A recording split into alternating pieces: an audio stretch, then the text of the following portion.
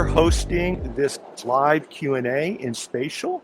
Ira Rothken, my co-host, one of the top OG coders, tech lawyers on the planet, is accompanying me on stage today. Ira, it's a pleasure to have you here today. My name is Mitch Jackson. We're a litigation firm in Orange County, California, love tech, and we see a lot of friends in the audience today. We're here for you. We're here to answer your questions that you may have regarding Web3, regarding the metaverse, regarding anything tech in between. And Ira, I have a feeling we're going to be talking a little bit of law, a little bit of strategy, a little bit about things that we're keeping our eyes on moving forward in these spaces, right? Absolutely, and I look forward to it. And Mitch, on Spatial, thank you very much for inviting me today. And it's an honor. I will say to everyone, a disclaimer, I don't look as good as my avatar. That's my initial disclaimer. You look better. Awesome. How do you use waivers and disclaimers in a Web3 world, right? Well, we're lawyers, and I wanted to start off with a disclaimer. I think you 10 times better in real life. Neil, it's good to see you. Come on in. So what we want to do is, I'm assuming the audio is fine with everyone. You can hear what we're saying. We can certainly hear what you're saying. We've got the spatial audio deactivated. And Ira, why don't we start things off? I know you've got your finger on the pulse with all the big tech companies, what they're doing wrong, what they're doing right, the trends that you and I are having clients talk to us about that we will probably see rolling out in 6 to 8 months. What are some of the things that you feel creators and artists should pay attention to moving forward between now and the end of 2022 to stay safe, to create brands that can be managed and brands that can be protected? Well, that is the great question of the day. I think the first thing folks should consider is the incredible ambiguous legal landscape, and we can talk more about some of the areas where it's ambiguous. But I always say this: we're in a landscape right now where folks don't know exactly what to do. They don't know the difference between something that may be security and something that may be gamification.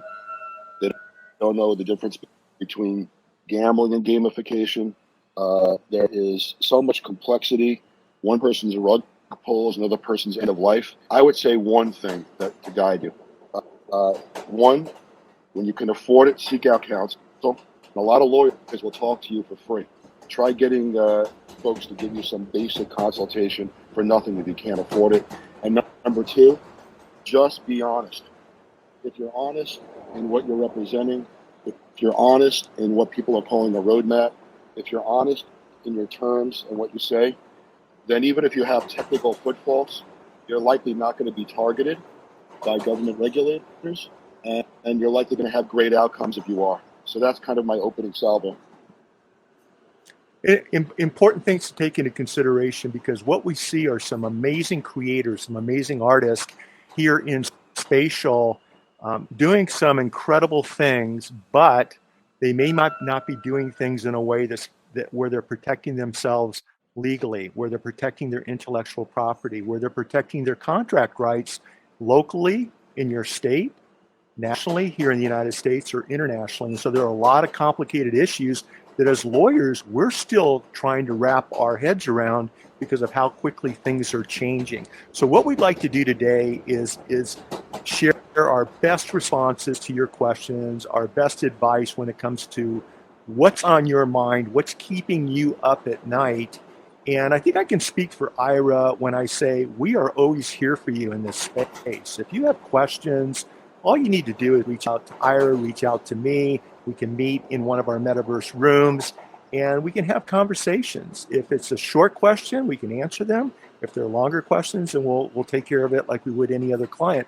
But definitely, if you have a question or if you'd like to get things started, why don't you come up to the microphone on my right over here, or the microphone on the left right over here, raise your hand, unmute, and fire away. I'm just here to ask a question about like if you're giving a Eventbrite, and you use an Eventbrite to tell people about functions like this. Um, my logos and stuff, how do I protect those as far as intellectual properties? Or if I got a client who I'm setting these events up within here, how can I assure them that I can protect their intellectual properties? So that I understand your question correctly, Butler, when you use your logos, your graphics, either in Eventbrite or even here in Spatial, how can you make sure you're protecting the intellectual property of your digital Yes. assets? Okay, Yes. that's a great question, and it's an important question. Ira, this is something that you handle every single day. Would you like to start? I will start. And thank you for that question. And so you're looking for, if you were to use your logo in Eventbrite and other types of online services, how do you protect your logo? And then if you work with other folks to help promote uh, uh, their activities, how can you assure them that you'll be compliance oriented? Is that essentially it? It's my understanding. All right. Yes. So fine. Yes. Let's go through this. Generally speaking, the core of that's covered by the trademark law, that's federal law. And what you would do is make sure that you file a trademark registration after going ahead and doing a search to see whether or not you can own whatever the name and logo is. And trademark litigation is very expensive, so you want to make sure that you clear the rights first to whatever name and logo you're going to use. You could go ahead and file an intent to use if you haven't used it in commerce yet. And if you have, then you would actually just indicate the date of your first use. And you could do the application yourself, but it would be wise to speak with somebody familiar with trademark law who can help you go ahead and get everything right. Once in a while, the trademark office will write back to you saying something's not right. They'll give you a chance usually to go ahead and correct it. And so that's how you do trademark registrations. In terms of working, and then of course, once you use your name and logo in commerce, you're going to usually want to put some sort of sign, whether it's a service mark or a trademark, that you're the owner if it's feasible. Now, generally speaking, there's a lot of other things that you would do. If you're working with other folks and you want to protect their IP, normally you'd enter into an agreement. And your agreement would promise them certain things that you'll do, and would also give you some disclaimers and limitations on liability to protect you in case things go wrong, particularly if it wasn't caused by you. And so, the third thing that folks would mention in the same bucket would be, generally speaking, you don't want to work through yourself as a sole proprietor. It's not very favorable. You'd want to start something like a limited liability company or a corporation. So that's the entity that owns the IP, the trademark. And that would be the entity that you would use if you wanted to sue somebody for infringement, or God forbid, you get sued for something like infringement or breach of contract. The benefit of that is, in most cases, you have a limitation of liability against you personally. So folks won't come and take your home. The most they could do is attack the assets of the corporation. So those are the major issues distilled to its essence. And Butler, I'm glad you mentioned when you used the term you, and Ira, you mentioned legal entities. And all I was going to add as a lawyer with 36 years of litigation experience is, if your legal entity, as Ira just mentioned, is behind creating the Eventbrite events and behind your spatial events and behind securing your IP rights on your logos and designs and NFTs, like Ira mentioned, you'll be much more protected for all of the above reasons than if you're doing it on your own as an individual. So in addition to what Ira just mentioned and what I just shared, also dive deep into the terms of service agreement with Eventbrite, with Spatial, for example, so you know whether or not the content that you are voluntarily uploading into these platforms, are you giving those platforms any rights, either intentionally or indirectly, that you're not otherwise aware of. So I think it's really important that people read the terms of service, the TOS agreements, with all the platforms that they use. Yeah. Yes. If I can interject here, there has been a lot of people on TikTok, and what people are realizing is that if you've ever read the terms of agreements on TikTok, it's very evasive. It probes into all of your digital footprint, follows you around everywhere. TikTok does, and they say that they're owning those intellectual rights on there. It bothers a lot of people, but what can you do? TikTok is doing a lot for businesses and people getting started out here in the digital world. I'm a digital marketer, CorthosGroup.com, and we're concerned about the fine print of these social medias and when we're doing the advertising for our clients. Do you have anything to say about that? Just quickly, because we have some other questions. Just quickly, Ira, what you call fine print, we may look at as very well written terms of service agreements on behalf of the platform, written by some really talented lawyers. And the point we're trying to make is when you have access to a platform, it's usually a good idea, especially spending time and money, to understand what the rights and remedies are between you or your company and that platform. Wouldn't you agree, Ira? I would, and I'm also, I suppose you could take a more jaded view. As going all the way back to the early 2000s, I did have my team look at that exact issue. And I have to say that I represent platforms as well as creators. And when you get right down to it, it's hard, if not impossible, unless you go decentralized, to get rid of significant requirements for compliance. If you you go all in, normally you'll have an agreement with like Network Solutions or GoDaddy, and even those agreements have limitations on how you could use domain names. And then you go to Amazon AWS and other hosting companies, and they have limitations, and sometimes draconian ones. And so it's hard, if you're going to be involved in the online ecosystem, to escape the risks of these boilerplate agreements. And so that's the jaded, unfortunate view of the current state of the internet. What we'd like to do is, once again, answer your questions. There are no bad questions. While Victor's up next, and while we're doing this, Garrett Jackson, who's the co-founder of ManeuVR, is walking around videotaping this using Loom. Garrett, you're perfectly welcome to join us behind us on stage. If you want to shoot a 360, you make yourself at home, okay? Don't worry about that. We can come back to this topic, but let's keep things moving forward if that's okay with everyone. Victor, you've got the mic. You were the first one in the room today. It's good to see you again. And what's on your mind? All right. Good to see y'all as well. So my question, I guess, was, I'm a visual artist. So I'm a oil painter. And I've been trying to come up with different ways where I can kind of express the meaning of pieces that I've done in a different way. So recently I've kind of been taking like different videos and coming up with video concepts that I can use for the paintings I've created. But now that I've kind of been on Spatial, I've kind of been like trying to think a little outside the box. So instead of like coming up with certain videos, in addition to, I would like to like create rooms based off the paintings that I've created. So like I'm trying to more so give the experience of the idea that I've come up with. But my question is that I was trying to figure out if that's even a thing that can be like I guess a proprietary entity in a sense. Is there some way that I can protect the concept? Because I know it's kind of like anybody can create their own.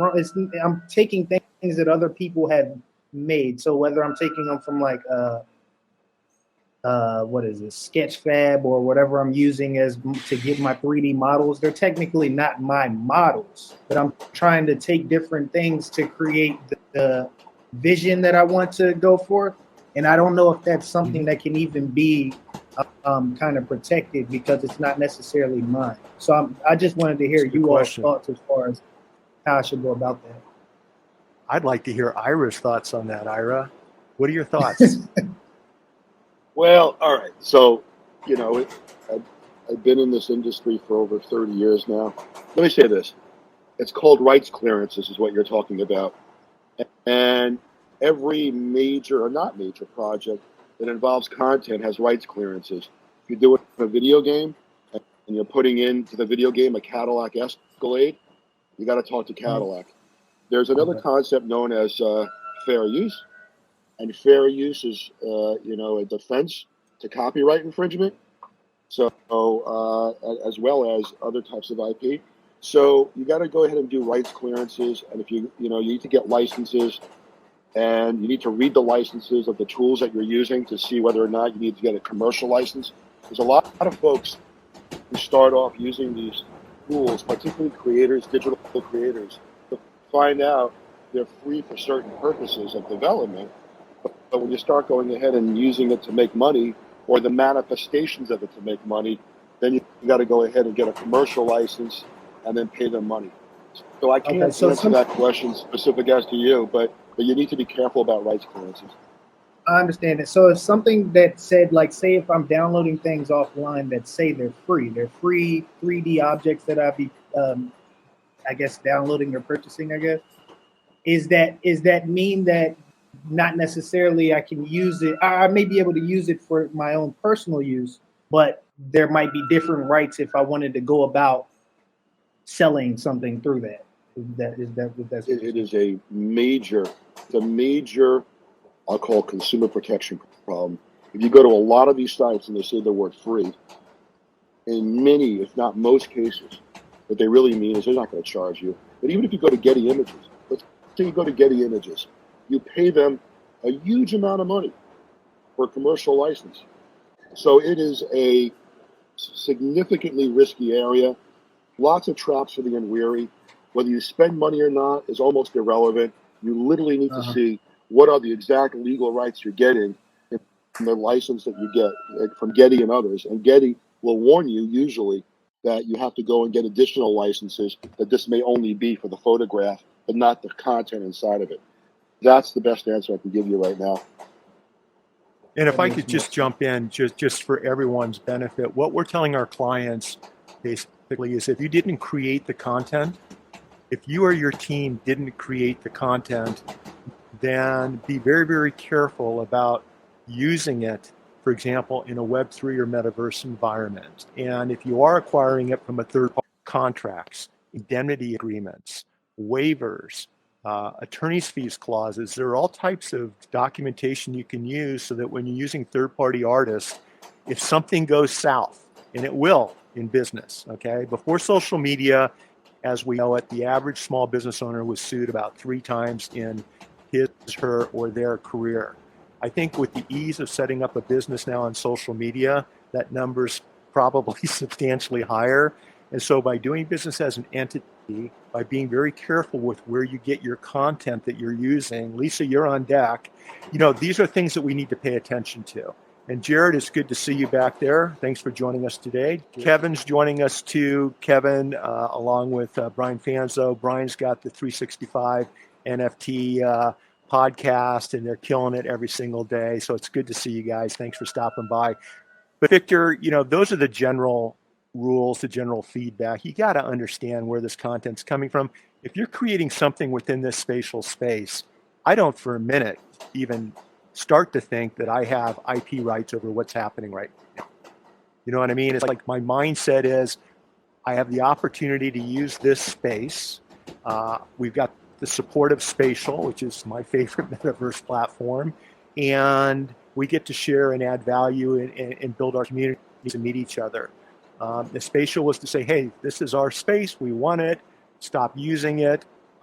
No problem, right? And so it's kind of a new mindset. There's a new Web3 community mindset that we're trying to remind our clients about, where if we didn't create it and we didn't secure ownership or licensing, then we probably don't have the right to use that content for third-party purposes. So as Ira will tell you, it depends, right? So that's a really great question. Garrett? So it's not more so for the money part, but I just want to make sure that I'm not infringing upon anybody else's rights, I guess, by using their work in my environment just to make my point, if that makes sense. And I would think that unless you've got permission to use somebody else's work in your environment, you're playing in an area that we like to keep our clients out of. It's not the green zone, it's not the red zone, it's the gray zone. Great. So be careful about that. Okay? You know, Yes, sir. I'll just Okay. give you a little comfort here. And while you're doing I that, haven't seen Ira, it. let's invite Lisa up to the microphone while you're speaking, Ira. I'm sorry. So Lisa, Oh, you're up next. 100%. Sorry. 100%. Yeah, I have to say it's been a problem even in Hollywood. The major production companies to clear rights. There's almost always some mistakes or oversights that need to be fixed. So this is a big trap for the unwary. So be careful. Okay, so what about artificial Lisa, introduce intelligence? yourself. Oh, Just hi, I'm introduce Lisa. yourself. Hi, I'm Lisa. I am the Spatial Mod, and I just came here for some great content from these two creators. Yes. The question that I have is, what about artificial intelligence? You see all these mid-journeys and these things. So if you're starting with someone else's work and then AI transforms that work, obviously there are some copyright problems with AI because they actually tell you you can't use this for commercial purposes. Where's the line start to where it becomes yours? So, all right, I'm going to argue that it's not new. If you go back to like even the 1990s, this issue was raised in another form. We had fractals. We had machines that were basically making art. We had algorithms that were making art. We had brilliant mathematicians who come up with algorithms, and then they would say, "Hey, software, you know, here's the algorithm. Now go ahead and map the screen or put a pixel down in these various areas based upon this math algorithm." And you would see these beautiful fractal art. You even saw folks being able to make music this way. And now these algorithms have grown up. And look, I'm a computer scientist and a lawyer, so I'm a little bit more jaded than most. But when someone says artificial intelligence to me, I just simply say software program making art. But the software program was written by human beings who made the software code that makes the art. And so there's a chain of custody here. If somebody were to go ahead and use a digital camera and take a picture, the digital camera made the art, but the human being was also involved. And we don't even take seriously the notion that that can't be copyright protected. There's other folks in the past who would take paint of various colors and swing it over a canvas, and that would make, in some random way, art. But the person who swang and did all that would be the artist, and they would go ahead and do the registration for copyright. And people would just assume that that person owns the copyright. I'm going to make the argument today, and I'm open to heckles. In fact, I know folks who disagree with me, that there are numerous human beings involved in the chain of custody that makes what we call artificial intelligence or software created art. That would be the coders, perhaps the end users and their selections, and other folks involved in the chain of custody. I'm still going to maintain that under the most circumstances, there'll be a human being who could sign that they were the creator of that art. And in the few instances when folks have indicated artificial intelligence software as the creator with the Copyright Office, they were rejected because the Copyright Office rightly said that a human being has to be the author. That they would have just changed it down to themselves because they controlled everything from the code to the manifestation, I would argue that that copyright registration would have been approved. So that's my salvo. What do you say, Mitch? Well, I agree 100%. And there's a letter that I have from the Copyright Office to a local law firm here in California that I'd be happy to share with anyone here, where that's exactly what the Copyright Office said. This law firm made it a point to submit a copyright application on a AI-generated piece of art and specifically pointed out to the Copyright Office that there was no human interaction. It was 100% AI generated or machine generated. what the Copyright Office wrote back, and I actually wrote this down, is because there was no human authorship involved in the creation of this art, it could not seek copyright protection. It was a test case. It was specifically applied to the Copyright Office, specifically excluding any human authorship, where Ira and I are both of the opinion everything that we're seeing happen, there's a human being behind it coding and creating. And had they simply said this artwork was created by AI with the assistance of XYZ, the human being, it probably would have been approved had it met all the other parameters. So it's an interesting time to be an artist, especially an AI artist, which is what a lot of people are talking about right now, because the Copyright Office, the law firms, the lawyers, the creators, everyone's trying to figure this out, Lisa.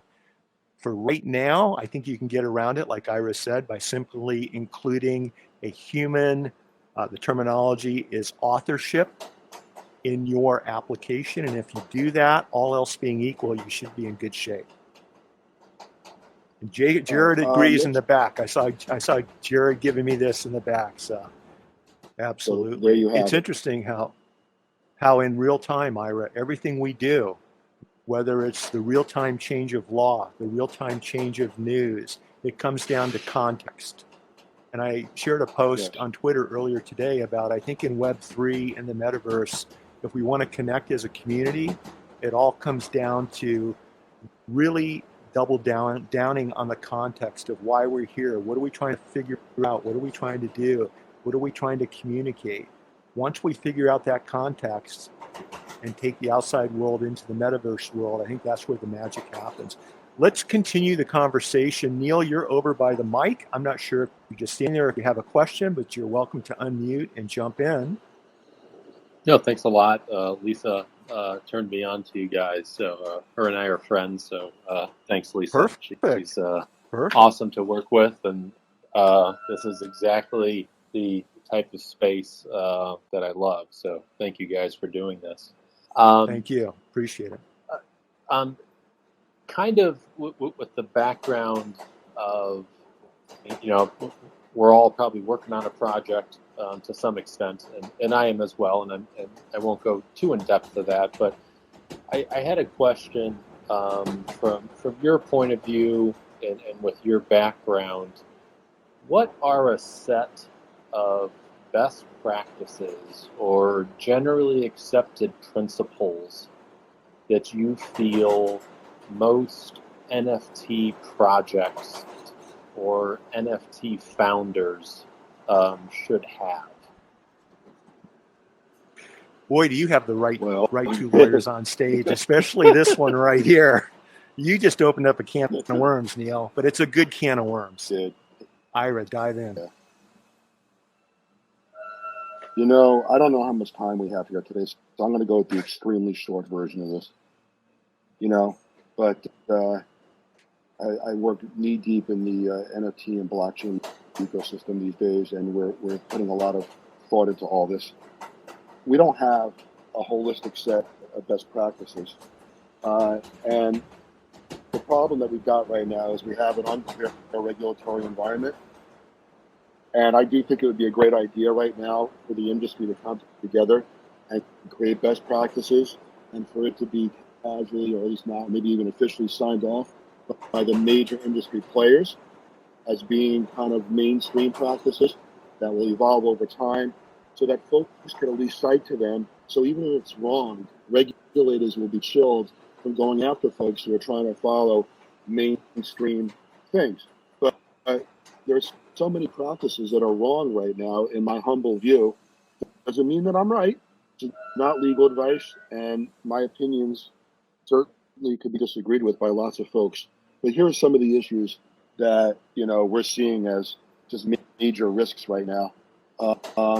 Right now, one of the major risks, for example, is that folks are not doing a good job of getting users or buyers to agree to the NFT terms of use. They may do it on the Web 2.0 layer, but once that NFT leaves the first sale and goes to secondary sales, other places, other locations, other platforms where people buy it will not usually surface those terms of use of the license agreement. And so folks don't know essentially what they're getting, whether they're getting a commercial, non-commercial license, what have you. And that makes it really bad for the collector if they don't have certainty in what they're actually buying and what they're collecting. And that's really bad for the project owner who will be at risk, and their protective clauses may not be enforceable.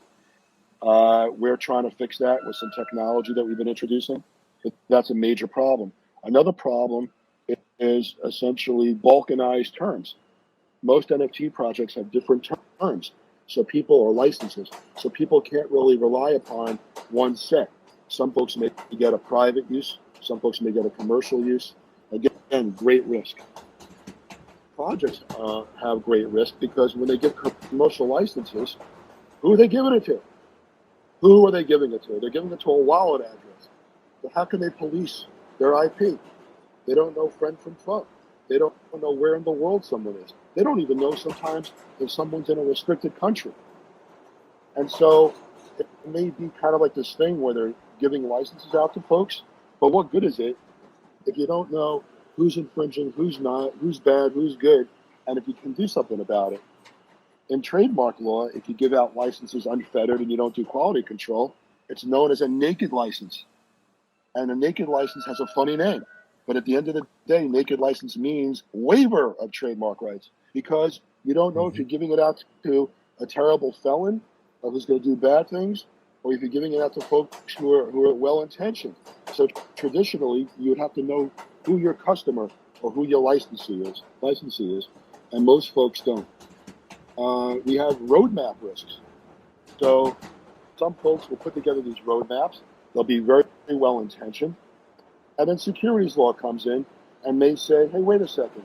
This roadmap is essentially you saying, hey, buy this NFT because going forward, we're going to do these things.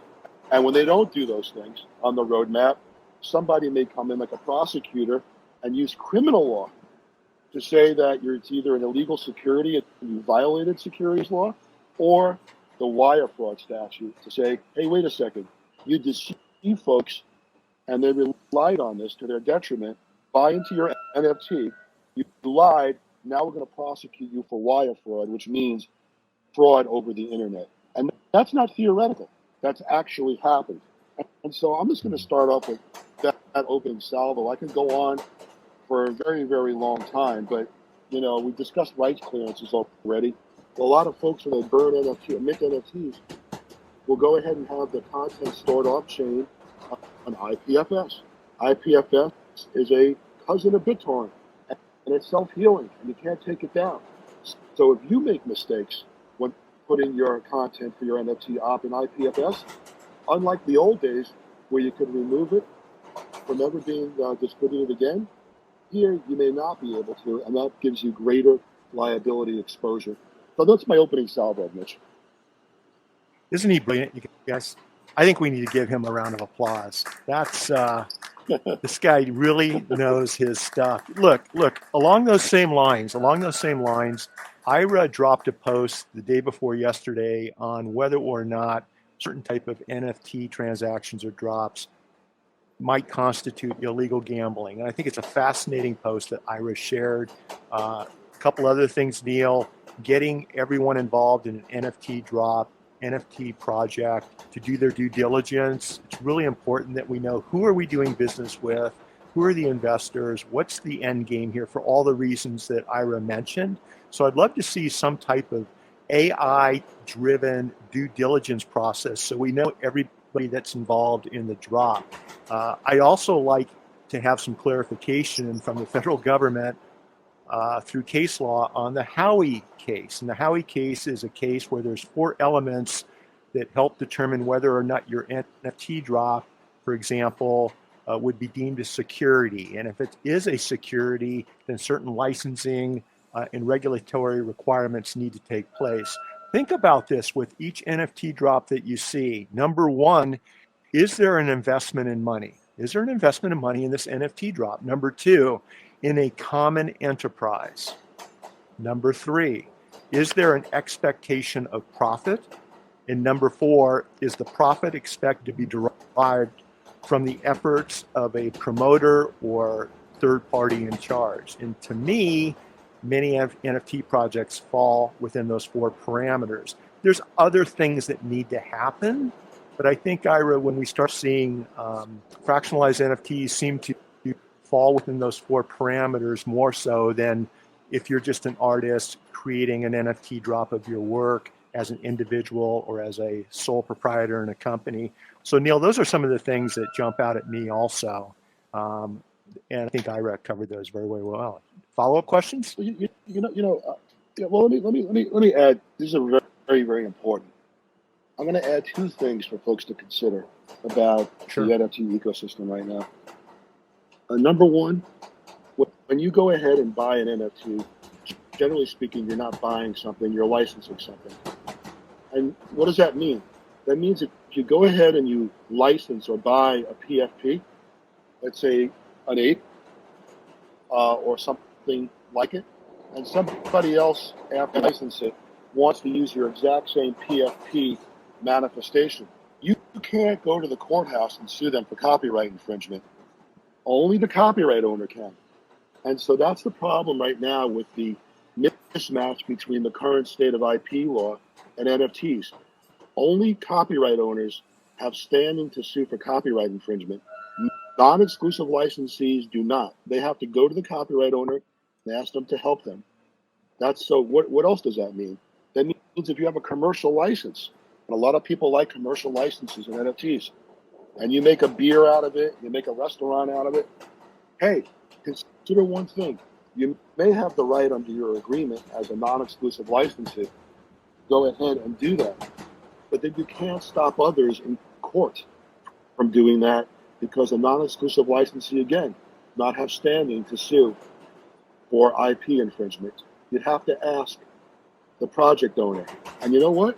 We looked into the project owners for NFTs, and they need to go ahead and register their copyrights before they can sue. And you know what we found? The vast majority have not done that. So they can't even go to the courthouse to help you if you wanted them to. And this is something that is a big gap in the current NFT ecosystem, and something that you have to scrutinize if you ever want to use an NFT that you license the content to for commercial purposes. Especially when there's a lot of zeros behind the project. That's where it gets scary for us as lawyers representing our clients. Neil, did that answer your questions or get you going in the right direction? No, it certainly did, and it's kind of the ethos behind the project that I'm doing. It's not a NFT project, but it's a project that's meant to set some kind of general best practices for NFT projects, and we're using account-bound tokens that will be issued to treasury wallets if they abide by guidelines and principles that we kind of set forth, and we'll have the ability to burn that account-bound token if they, kind of break the rules or whatever. So, still kind of in the beginning stages, but that's kind of my intent. I've been in Web2 and met with business leaders for a lot of my life, and I am absolutely astounded by the lack of kind of best practices, or at the very least, kind of a general level set of how NFT projects should be operated in. Agree. Thanks for the question. It's a great question, and I'm glad you raised those issues. If anyone has questions, come up to the mic or just raise your hand or unmute. About Ira, I just had someone else yesterday reach out to us. They have a new idea as a creator. It has to do with NFT artwork. They want to create a DAO as their company to manage and organize and move forward with this project, Ira. And they're not sure who's going to be a part of the DAO. They haven't figured out what the jurisdiction would be, but that's the foundation they want to build this entire business model on top of. What are your thoughts on a creator using a DAO in that fashion? And do you have some suggested alternatives that might be more prudent for them to use? I'm rarely convinced of a use case for a good faith organization wanting to use a DAO. Now, look, I work with the folks who, you know, have advocated for DAOs, and so. But at the end of the day, I see very few really good use cases for folks who are well-intentioned to use them. In many use cases I've seen, it's for use by non-well-intentioned folks. And it could be a lightning rod for one day for government regulators to come looking. And you may ask, well, I'm kind of like a blockchain maxi. Why would I go ahead and heckle DAOs? And the problem that I'm running into is that every time I see this, I start thinking to myself, general partnership. And there are a lot of successful folks who want to get involved in DAOs, who have a lot of crypto, and thinking that the DAOs would give great privacy and obfuscation and would be a nice shield in case somebody did something wrong. And what I'm actually seeing is that no one is decentralized in a DAO, very rarely, I should say. People are using Discord. And as Mitch and I know in eDiscovery, Discord is a wonderful place for prosecutors or for adverse litigators to go to subpoena information. And they use all sorts of social media. They go into Twitter spaces, which are recorded, and that stuff could be transcribed. They go into Clubhouse, which is recorded, and that could be transcribed. And now you're left with DAO. Some folks are really being bad. Some folks are really being good. And when you have somebody being construed as a general partnership, what ends up happening is that the very wealthiest folks end up having to take on the liability because the folks that don't have any means, well, they're not gone after.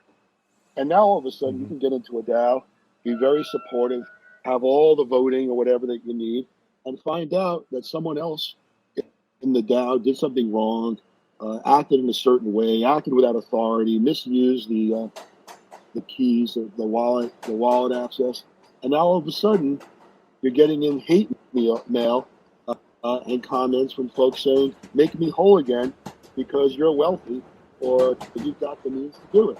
So for me, DAOs may be a good idea for folks who are starting out, but it's a terrible idea for folks who actually have assets, who have risk, and who would be only as good as the first mistake that other people make in the DAO for which they could be held liable. So that's my diatribe. You can mitigate some of these risks by calling some of the voting a DAO and having an LLC. But frankly, if you've got appreciable assets, you have to look with great scrutiny on whether or not a DAO is right for you.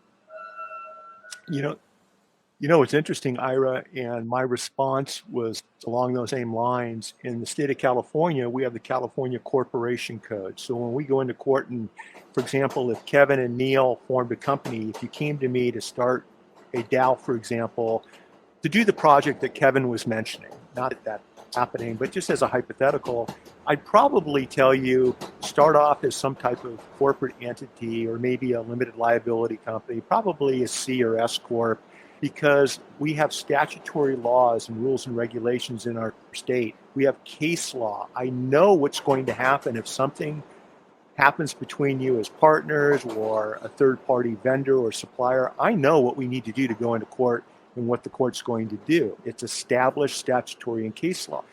If I show up and you're a DAO and I show up in front of a judge or a jury, they're going to say, what's a DAO? Why aren't Kevin and Neil appearing individually? We're going to treat you as a general partnership. You don't want to be the first test case in a court of law. And so what we're telling people to do, Ira, and I'd love your feedback quickly so we can kind of move through, is we'll tell our clients to form a corporation, for example, and then have that corporation create a DAO to help create community interest in a particular aspect of the business venture, so that the DAO is a unique entity created by the corporation, separate from the human beings behind the corporation. Wrapping DAOs by established corporate entities. Ira, what are your thoughts on that? I agree. In many, if not in most instances, you want to go ahead and be involved in a DAO. The DAO would be used for voting and things of that nature, but the corporate entity is needed. And you may ask, why? So the DAO accumulates IP, right? And now you want to go ahead and register the IP. Well, what do you write down as the registrant? You want to go to court to protect it? The judge is going to ask, who is the entity that pays the costs if you lose? And if you say the word DAO, they're going to say, what's the entity that we recognize? And as Mitch said, if it's a corporation, fine. But if it's this other thing, then if you lose, you may not even have standing. DAO may not even have standing unless it actually be left. That's what it is. So that's kind of the point. It's an untested animal. You don't want to be that test case. We do love the idea of community involvement, using DAOs for the right reasons, but probably not as your foundation for doing business. Hey, in the last couple of minutes, I want to make sure we get to any final questions. If you have a question, raise your hand, unmute, fire away. Willie, it's good to see you. It's good to see you. And I think we've covered all the questions today. This has been fun, Ira. I love the spatial venue. This is, I'm speaking in Toronto in a couple of weeks, Ira, at a legal convention with lawyers from 40 different countries. And I'm going to be mentioning and recommending Spatial just because I'm such a big fan of this platform. So Lisa, thank you for helping support what we're doing here today. And we're also so excited about the different platforms we have behind us. If you look at the portals behind you, if you want to see some of the different things that you can do in Spatial, in addition to this beautiful urban venue, when we're done, but not now, you can go to a penthouse, you can go to a ski chalet, you can go to the French Riviera, or you can go to an art gallery. It's just so many different things here, Ira, that are fun to play around with. But also, isn't this a lot more fun than you and I just doing this on a Zoom? This is really cool. Absolutely. Mitch, thank you very much for really bringing us into this metaverse era, but in a way that's pragmatic and approachable. So I hope this is not the last time we do a spatial meetup or meeting, and I look forward to doing this more in the future. So thank you very much for that, and I thank Spatial as well for being here and for helping. Yeah. Yes, thank you. Very nice. So if you have ideas for topics that you would like us to talk about and do something like this again and bring your communities in, just reach out to Ira Rothken, reach out to me, Mitch Jackson, and we'd be happy to do this again. So this was a lot of fun. Big 2 thumbs up to Garrett Jackson in the back. Garrett, thank you for filming today's conversation. What we're hoping to do, everyone, is share the recorded version and edited version of today's presentation so that everyone who wasn't here will have a chance to hopefully get some value from today's presentation. Ira Rothken, always good to see you, my friend. Mitch Jackson right here. Thank you for joining us. Oh, thank you, everyone. And between now and the next time, enjoy the journey and make each day your masterpiece. Bye-bye, everybody. Hi, everyone. Thanks, Ira. Thank you.